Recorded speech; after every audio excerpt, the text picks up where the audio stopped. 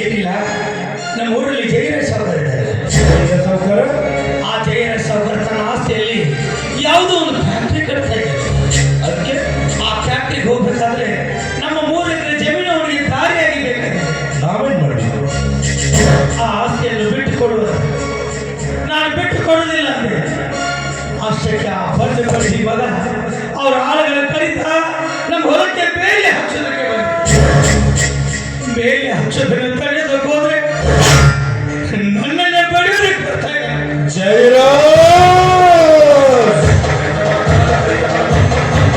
ಬಡವರ ಕೂತಲ್ಲಿ ಒಡನ ಕೇಳಿದರ ಬಡ್ಡ ಬಡ್ಡಿ ಮಗ ಸಾವುಕಾರ ಅವನು ಹೇಳಬೇಕಾಗಿತ್ತು, ಹೆಂಡ ಹಣಕ್ಕೋಸ್ಕರ ಪವಿತ್ರವಾದ ಭೂಮಿ ತಾಯಿನ ಮಾಡ್ಕೊಳಕ್ ನಾವು ನಾಲಾಯ್ತಿರಲ್ಲ ಅಂತ. ನಿನ್ನ ಮಾತಿನ ಒಬ್ಬ ಗಿಲ್ಲಲ್ಲ.